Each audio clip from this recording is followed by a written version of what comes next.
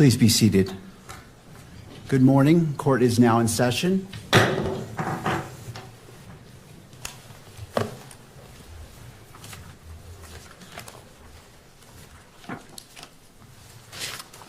This courtroom is about to make history in Utah's newest high-profile case, State of Utah versus Tyler James Robinson.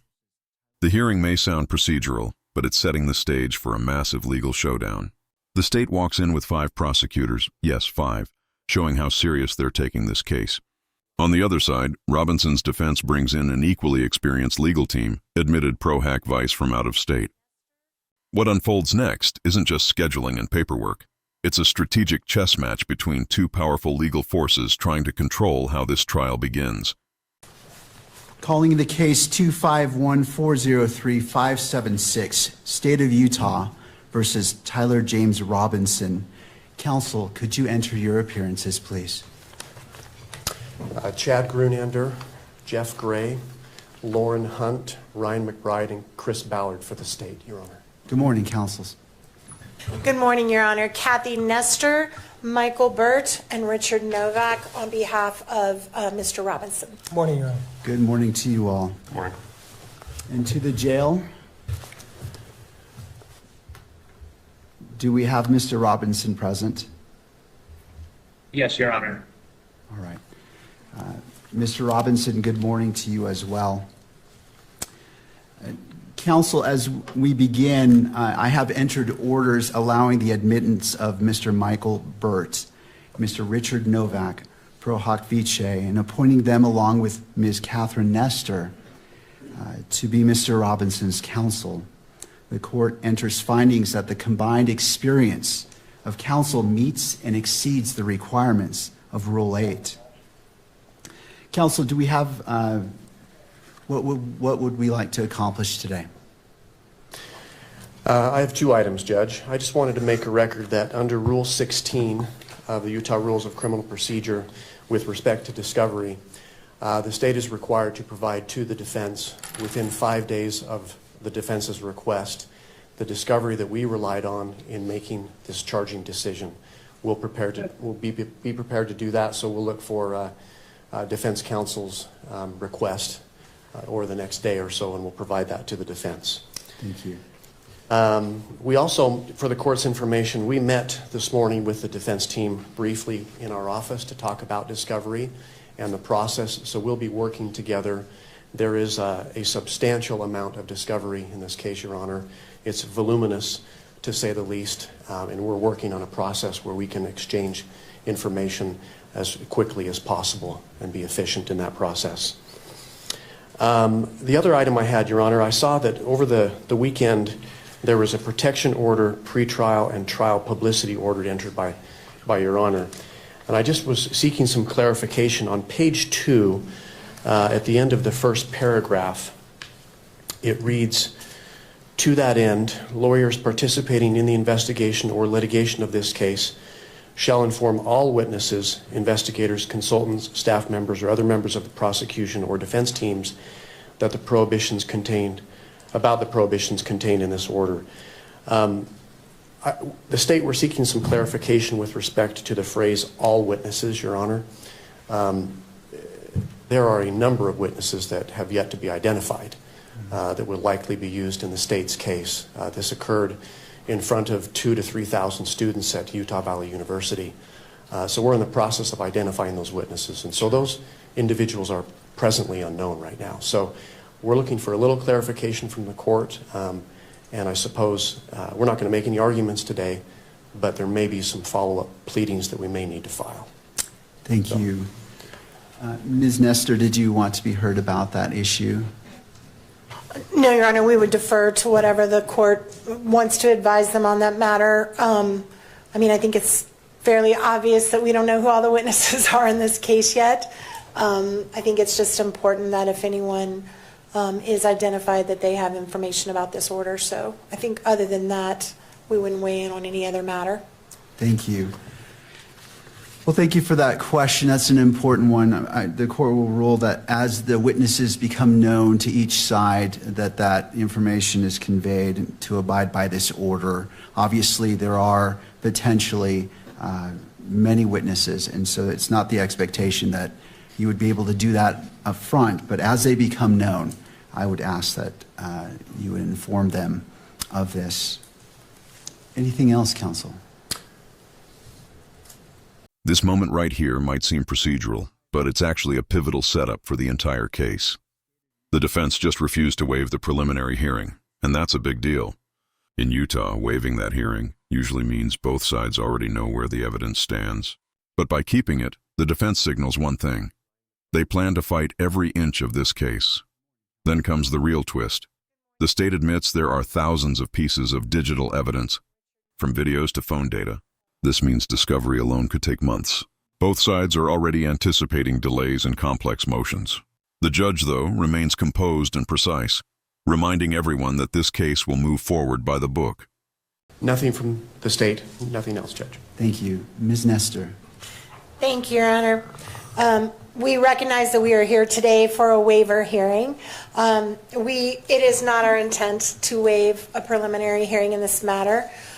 We are going to be seeking that one be set. However, based largely on what the state just referred to as far as the voluminous nature of the discovery materials, we do think it would be prudent to simply reset for another conference, another waiver hearing, a little bit down the road, where we have a better idea once we start seeing the discovery as it rolls in.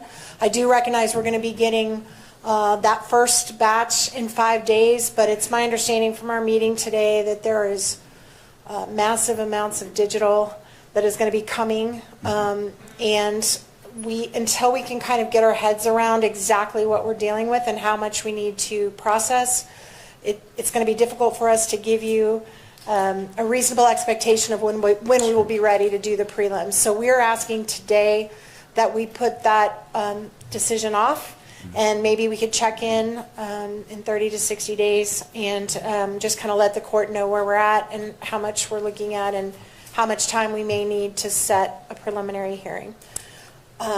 Also, as far as a detention hearing, we are not asking the court to address that issue at this time.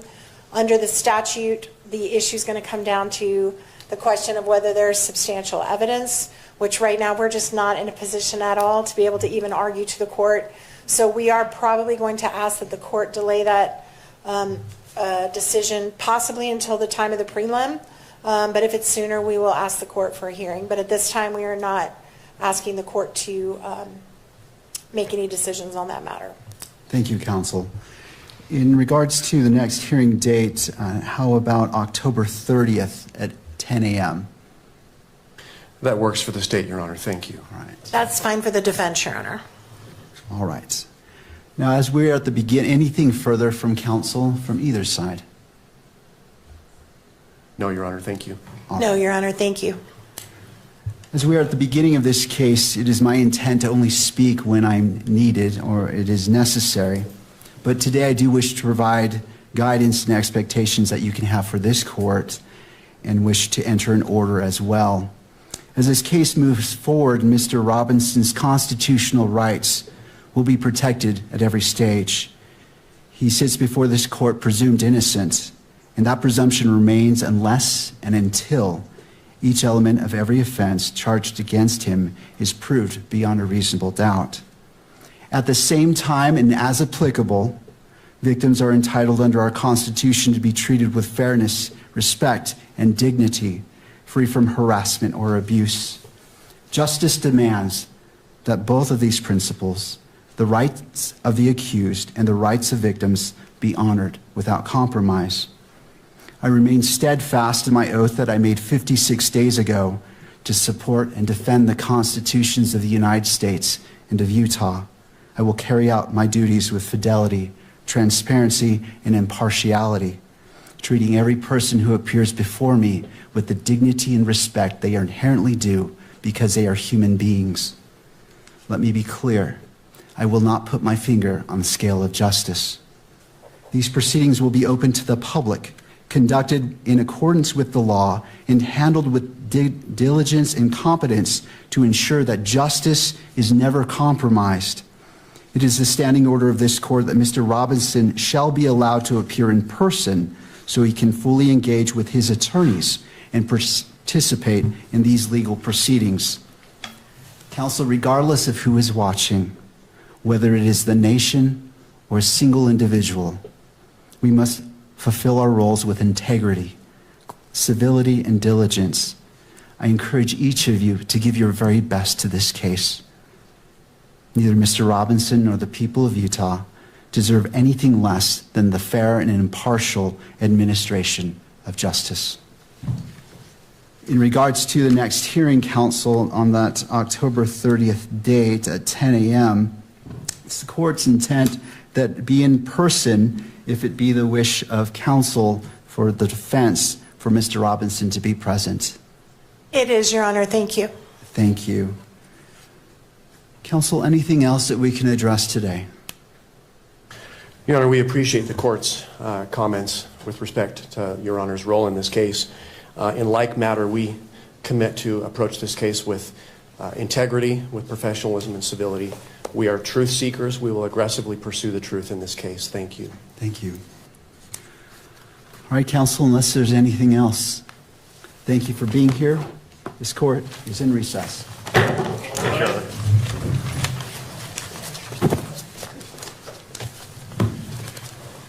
My stamp on that. Okay.